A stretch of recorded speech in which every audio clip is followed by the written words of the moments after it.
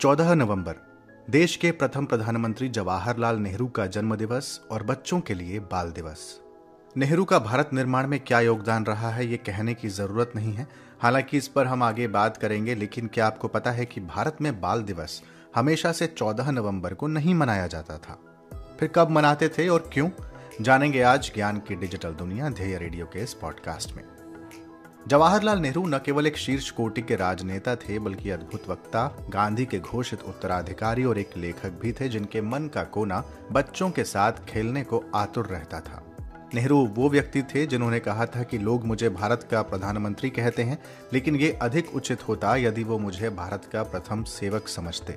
ये बात एक तख्ती पर 3 मूर्ति भवन में लिखी है। यहाँ पर आप नेहरू से जुड़ी चीजों को देख सकते हैं। नेहरू एक सार्वजनिक व्यक्ति थे, गांव के भी उतने ही थे और शहर के भी। लोकतंत्र को स्थापित करने और मजबूत करने का सदैव प्रयास करने वाले नेहरू का हमेशा मानना था कि भारत जैसे विविधता मूलक देश में संसदीय लोकतंत्र की प्रणाली ही लोगों को संकटों से मुक्त कर सकती है और इसके लिए एक मजबूत विपक्ष का होना भी जरूरी है। इसी तरह वो प्रेस की आजादी के भी समर्थक थे।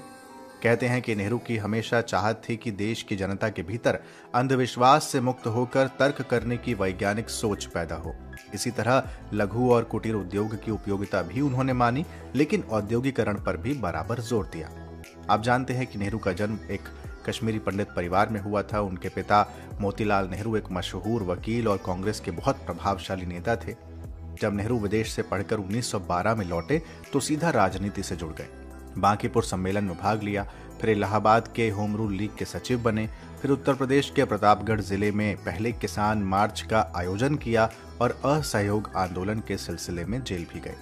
1928 में जब नेहरू रिपोर्ट पर हस्ताक्षर हुए तो उसी साल इंडिया इंडिपेंडेंस लीग की स्थापना भी हुई, जिसके संस्थापकों में जवाहरलाल नेहरू भी शामिल थे। फिर साल 1929 की एक महत्वपूर्ण घटना, जब पंडित जवाहरलाल नेहरू ने लाहौर अधिवेशन के दौरान पूर्ण स्वराज का लक्ष्य रखा। महात्मा गांधी से उनकी मुलाकात की बात करें तो साल 1916 में महात्मा गांधी से पहली बार उनकी मुलाकात हुई और गांधी से वो काफी प्रेरित हुए। आप जानते हैं कि नेताओं की जिस तिकड़ी के जरिए कांग्रेस पर महात्मा गांधी के विचारों का प्रभाव दिखता था, उसमें वल्लभ भाई पटेल, राजेंद्र प्रसाद और जवाहरलाल नेहरू शामिल थे। वॉइस ऑफ गुलबर्गा के साथ मैं सैयद नईमुद्दीन। हमारा एक खास एपिसोड जो 14 नवंबर, ये 14 नवंबर को है क्या, जिसे चिल्ड्रंस डे यौम अतफाल भी कहा जाता है। इसी को आज 14 नवंबर के मौके पर आज हमारे साथ आली जनाब अमजद सर मौजूद हैं, जो 14 नवंबर को एक्चुअली है क्या, इसके बारे में हम तफसील जानेंगे। सर, सबसे पहले ये बताइए, ये 14 नवंबर चिल्ड्रंस डे यानी यौम अतफाल क्यों मनाया जाता है, इसकी वजह क्या है? यौम अतफाल, बाल दिवस और चिल्ड्रंस डे ये पूरी दुनिया में ही मनाया जाता है और इसकी तारीख़ उससे पहले जो है 20 नवंबर थी, जिसको यूएनओ के रेजोल्यूशन के तहत उसको सेलिब्रेट करते हैं।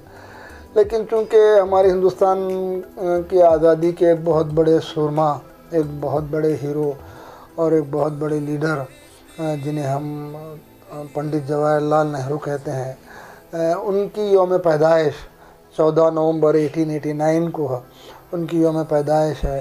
तो उस यौम पैदाइश के दिन को यौम अतफाल के तौर पर मनाया जाता है। इसकी बहुत सारी हिकायतें, बहुत सारी वजूहात हैं। एक वजह यह है कि जवाहरलाल नेहरू बच्चों से गैर मामूली मोहब्बत करते थे, उनसे बहुत ज़्यादा शफ़क़त करते थे, उनसे बहुत ज़्यादा एफिनिटी थी और वो बच्चों के साथ ज़्यादा अपने आप को वक्त गुजारा करते थे और वो बच्चों को इस मुल्क का मुस्तक़बिल, इस मुल्क का भविष्य, इस मुल्क का फ्यूचर के तौर पर वो जानते थे। क्योंकि जिस कौम में, जिस मुल्क में नौजवान नस्लों को अगर तैयार किया जाता है, बच्चों को तैयार किया जाता है, ऐसे ममालिक दुनिया में सुरखरू होते हैं और तरक्की करते हैं। तो एक वजह ये थी कि वो बच्चों को बहुत ज़्यादा चाहते थे, तो वो इसलिए बच्चों को और वो एक ऐसा माशरा तश्कील देना चाहते थे जो हिंदुस्तान के इस्तेहकाम के लिए बच्चों का अहम रोल अदा होना चाहिए। इसीलिए चिल्ड्रन फिल्म्स एकेडमी जो उन्होंने क़ायम की 1955 में, इसके ज़रिए वो यही चाहते थे कि बच्चों की सलाहियतों को उजागर करना और उनमें मख्फी जो सलाहियतें हैं उसको मंज़र-ए-आम पर लाकर एक अच्छी नस्ल को तैयार करना चाहिए। ये उनका ये बताइए, जवाहरलाल नेहरू भारतीय सियासत का रोशन सितारा थे, लेकिन नई जनरेशन को इनके बारे में ज़्यादा मालूम नहीं है। इनके बारे में कुछ बुनियादी बातें बताइए ताकि हमारी नई जनरेशन को भी मालूम हो जाए। जवाहरलाल नेहरू की शख्सियत हमारे इस मुल्क के लिए, हमारे मुल्क की आज़ादी की तारीख़ के लिए और इस मुल्क को आज़ादी दिलाने में जो उनका किरदार रहा है वो गैर मामूली बड़ा किरदार रहा है। और वो मिजाजन जो है बहुत तरक्की पसंद थे, यानी वो चाहते थे कि मुल्क हर तरह से जो है तरक्की करे। और आज़ादी के लिए जिस तरह की उन्होंने सौबतें बर्दाश्त की और हमारे father of nation Mahatma Gandhi ji के साथ उन्होंने शाना बशाना चलकर मुल्क की आज़ादी को अपने और कई सुरमाओं के साथ, बहुत बड़े बड़े लीडरों के साथ उन्होंने आज़ादी की जंगें लड़ी और एक बहुत मुश्किलात से उन्होंने मुश्किलात सहे और इस मुल्क को आज़ादी दिलाने में बहुत अहम रोल अदा किया उन्होंने। हिंदुस्तान की आज़ादी में जहाँ हमारे मुल्क के महात्मा गांधी जी, बापू पंडित महात्मा गांधी जी का बहुत अहम रोल है, जिन्हें फादर ऑफ नेशन कहा जाता है। उसके बाद हमारे पास जो सबसे बड़ी लीडरशिप उभरती है तो गांधी जी के बाद वो पंडित जवाहरलाल नेहरू ही हैं। और उनकी खूबी ये है कि वो बहुत ज़्यादा मुल्क को एक ऐसी सतह पे लेके जाना चाहते थे जहां दुनिया के तरक्की याफ्ता ममालिक में हिंदुस्तान भी शामिल किया जाए। इसीलिए मुझे हैरत होती है कि आज़ादी के बाद हमारे मुल्क के पहले वज़ीर आज़म पंडित जवाहरलाल नेहरू ने ऐसे ऐसे इंस्टीट्यूशंस, ऐसे ऐसे इदारे उन्होंने क़ायम किए जो आज भी हमको देखकर हैरत होती है कि उस वक्त 70-75 साल पहले उन्होंने किस तरह से इस तरह के बड़े बड़े इदारे क़ायम किए। मिसाल के तौर पर स्टील अथॉरिटी ऑफ इंडिया को उन्होंने क़ायम किया, भारत हेवी इलेक्ट्रिकल्स लिमिटेड जैसे बड़े इदारे को क़ायम किया और Indian institute of technology Kharagpur को उन्होंने क़ायम किया, इंडियन इंस्टीट्यूट ऑफ मैनेजमेंट को उन्होंने क़ायम किया, भाभा एटॉमिक रिसर्च सेंटर को उन्होंने क़ायम किया और डिफेंस रिसर्च एकेडमी को उन्होंने, डेवलपमेंट एकेडमी को उन्होंने क़ायम किया, ISRO Indian Space Research Organisation को उन्होंने क़ायम किया और इस तरह के बड़े बड़े इदारे उन्होंने क़ायम किए। उस ज़माने में, जिस ज़माने में एशियन कंट्री में और ख़ासकर साउथ ईस्ट एशिया में इसका तस्वुर नहीं किया जा सकता था, इतनी बड़ी शख्सियत, इतने बड़े बड़े इदारों को उन्होंने क़ायम किया। और ये हमारी नौजवान नस्लें जो आज जो ज़ेरे तालीम हैं, जो परवान चढ़ रही हैं, ये हमारी कौम के रहनुमाओं की ज़िम्मेदारी है और कौम के रहबरों की ज़िम्मेदारी है, कौम के असातिज़ा की ज़िम्मेदारी है, कौम के लीडर्स की ज़िम्मेदारी है कि हमारे आने वाली जनरेशन में ऐसी शख्सियतों के बारे में मुकम्मल इंफॉर्मेशन, मुकम्मल मालूमात फ़राहम करना ताकि नस्लें इनसे इंस्पायर होकर, इनसे तरग़ीब हासिल करके तरक्की की राह। 2014 तक नेहरू जी का नाम बड़े अदब से लिया जाता था, इनके नामों को याद किया जाता था। अब ऐसा क्या हुआ, जब भी गलती होती है तो नेहरू जी के खाते में डाल दिया जाता है, ऐसा क्यों? मेरे नज़दीक उमूमन होता यह है कि इंसानी तारीख़ में और जो तारीख़ मुरतब होती है और जो वाक़यात रुनुमा होते हैं उसमें ऐसा पीरियड भी आता है, इसको उमूमन ट्रांजिटरी पीरियड कहा जाता है। आप तारीख़ को कितना भी मस्क करने की कोशिश करें, उससे तारीख़ का कुछ नहीं होगा, लेकिन आप क्या हैं वो सामने आएगा। पंडित जवाहरलाल नेहरू के ऊपर किसी भी चीज़ को डालना, मैं नहीं समझता कि ये हम पंडित जवाहरलाल नेहरू के साथ और इस मुल्क की आज़ादी में उनका जो रोल है उसके साथ हम इंसाफ कर रहे हैं। और ये जो पीरियड है, ये जो बातें होती हैं आए दिन सुनने में आता है और हर बात को पंडित जवाहरलाल नेहरू से मंसूब करके इस तरह की बातें करते हैं, तो ये ज़ाहिरी बात है, थोड़ी सी दिल आज़ारी होती है। और हकीकतन तारीख़ जो हमारी बताती है और जो दुनिया के मौरख़ीन और हिंदुस्तान के मुस्तनद मौरख़ीन ने उनको बहुत बड़ा हीरो बताया है। तो उनको उन पर किसी तरह की हम इस तरह की बातें हम नहीं सर ये बताइए, गांधी जी के बाद मुल्क में नेहरू जी का बड़ा चेहरा सियासत में ज़्यादा जाना और पहचाना जाता था। कांग्रेस में तकरीबन 60 साल तक मुल्क पर हुकूमत की, आज इतनी कमज़ोर क्यों हो गई है कि नेहरू जी के नज़रियात पर मौजूदा कांग्रेस नहीं है? इसकी वजह क्या है? एक बहुत लंबा अरसा हुक्मरानी रही कांग्रेस की, और कांग्रेस की अपनी आइडियालॉजी है। कांग्रेस एक ऐसी पार्टी है जिसका अपना ओन आउटलुक है, उनकी ओन अपनी आइडियालॉजी है, और ये आइडियालॉजी किसी एक शख्स की बनाई हुई आइडियालॉजी नहीं है।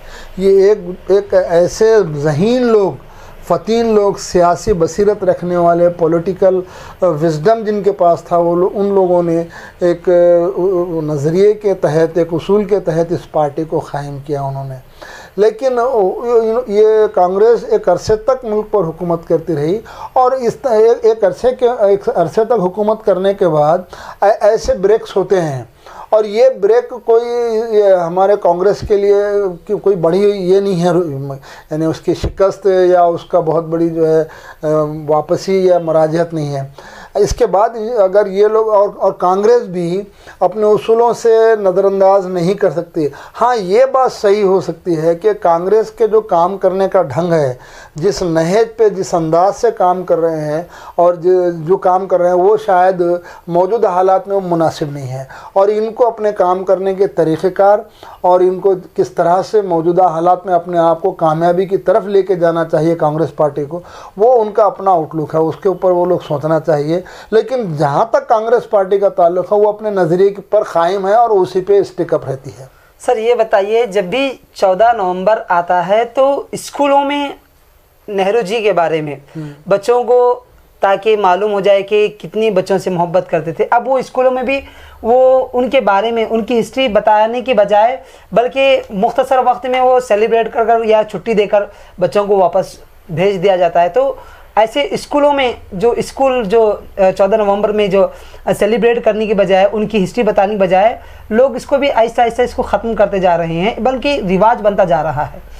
ये बहुत बेहतरीन ऑब्ज़र्वेशन है, आपका मुशाहिदा बहुत अच्छा है, और आपका एहसास और जो मौजूदा जो सूरत हाल है उस पर आपने जिस अंदाज़े से, जिस गहरी नज़र से आपने बात की, और ये सवाल भी बहुत अच्छा सवाल है कि अब ये चिल्ड्रंस डे, यौम अतफ़ाल या बाल दिवस जो मनाने का जो हमारे यहाँ जो उसूल और जो तरीक़ेकार और जो उसके पीछे एक मकसद रहा करता था, अब वो चलते चलते चलते जो है एक प्रैक्टिस बन गई है, एक ऐसी चीज़ बन गई कि भैया 14 नवंबर आया और यौम अतफ़ाल मनाना और स्कूल को छोड़ देना। यानी हम बच्चों को ये नहीं चाहते कि 14 नवंबर क्यों मनाते हैं, 14 नवंबर की अहमियत क्या है। तो हमारे हिंदुस्तान के पहले वज़ीर-ए-आज़म पंडित जवाहरलाल नेहरू बच्चों से किस कदर मोहब्बत करते थे, और बच्चे उन्हें किस कदर मोहब्बत करते थे, और पंडित जवाहरलाल नेहरू का मुल्क, हमारा मुल्क अंग्रेज़ों की ग़ुलामी से दो चार था। ये हमारे father of nation Mahatma Gandhi ji, बापू जी के साथ, महात्मा गांधी जी के साथ ये पंडित जवाहरलाल नेहरू और उनके हमनाओं ने किस तरह से जंगें लड़ी और किस तरह से वो लोग सत्याग्रह किए और करके मुल्क को आज़ाद किया। ये तमाम चीज़ों को ये अच्छे ढंग से रख कर एक जल्द से मुनक़िद करके इसको, ये चीज़ों को हाईलाइट करना चाहिए, और पंडित जवाहरलाल नेहरू के बारे में हमारे आने वाली नस्लों को वाकिफ़ करवाना बहुत ज़रूरी है, बहुत ज़रूरी है। ये एक रूटीन है कि एक प्रैक्टिस है, खाना पूरी की तरह हम इस तरह को सेलिब्रेट नहीं करना चाहिए। ये मैं नहीं समझता कि कोई मुनासिब तरीक़ा है। सर आप भी लेक्चरर रहे हैं और एक स्कूल के प्रिंसिपल भी हैं, तो हर किस्म के बच्चों से आपका पाला पड़ता है, तो उन टीचरों के लिए जो ख़ास करके हमारा ये वीडियो भी देख रहे हैं 14 नवंबर के मौके पर, उन टीचरों के लिए क्या पैगाम देना चाहेंगे ख़ास करके 14 नवंबर पर? मैं असातिज़ा बिरादरी से, ना सिर्फ असातिज़ा बिरादरी से बल्कि हमारे मुल्क के सियासी रहनुमाओं से, तमाम बाशऊर लोगों से, दानिश्वर हज़रात से यही कहना चाहूँ, सभी लोगों का इसमें अमल दखल होना चाहिए, और सब लोगों से यही कहना चाहूँगा कि ये 14 नवंबर हमारे बच्चों में एक इंस्पिरेशन, एक मोटिवेशन पैदा करने का एक तरीक़ेकार रहा है। और इससे होता ही है कि जब हम बड़े लोगों के बारे में, नौजवान मासूम बच्चों को, नौजवान नस्लों के सामने बड़ी शख्सियतों के कारनामे जब रखते हैं तो बच्चे उससे इंस्पायर होते हैं और अपने आप को चेंज करते हैं और एक तरक्की की तरफ ले आने की तरफ माइल होते हैं। तो ये हमारे असातिज़ा की भरपूर और पूरी की पूरी ज़िम्मेदारी है, सियासी लीडरों की ज़िम्मेदारी है और हम सब की ज़िम्मेदारी है कि हम ऐसी शख्सियत के बारे में बच्चों के सामने अच्छे ढंग से, मौसर तरीक़े से, बहुत ही इम्प्रेसिव अंदाज में हम इसको बच्चों के सामने रखना चाहिए। बहुत सी मालूमात 14 नवंबर के मौके पर हुई है, तो नाज़रीन से भी गुजारिश की जाती है, और ख़ास करके जब भी 14 नवंबर आता है तो ख़ास करके ये 14 नवंबर क्यों मनाया जाता है, इसकी वजह क्या है, इसकी हिस्ट्री क्या है, हमारे वीडियो से मालूम हुई है। सर, आखिर में क्या मैसेज देना चाहेंगे? मैं तमाम हमारे मुल्क के नौजवान बच्चों को, मासूम बच्चों को, छोटे बच्चों को, नौनिहालों को मैं यौम अतफ़ाल के मौके पर, बाल दिवस के मौके पर और चिल्ड्रंस डे के मौके पर दिल के अमीर गहराइयों से मुबारकबाद देता हूँ। और ये मैं दुआ करता हूँ तमाम बच्चों के हक़ में कि आप खूब पढ़ें, इतना पढ़ें कि हमारा मुल्क दुनिया का सबसे तरक्की याफ्ता मुल्क कहलाए, और आप इतनी तरक्की करें कि आपके हाथ आसमान तक छूने को पहुंच जाएं और आपके पैर बहर कब ज़मीन पर ही रहें। तो ये आज के इस मुबारक और अच्छे मौके पर, और मैं यही कहूँगा कि पढ़ना ही ज़िंदगी का वाहिद मकसद होना चाहिए और पढ़ना ही ज़िंदगी की कामयाबी है, और यही रास्ता है जो हमको तमाम बुराइयों से पाक करता है और मुल्क को एक अच्छे मुस्तकबिल की तरफ ले जाता है। आप पढ़िए, खूब पढ़िए, और असातिज़ा से मेरी दरख्वास्त है, पढ़ाइए, खूब पढ़ाइए। सर, आपने आपका बहुत कीमती वक्त दिया, तो आपका तहे दिल से शुक्रिया अदा करता हूं। जी, शुक्रिया, बहुत बहुत शुक्रिया।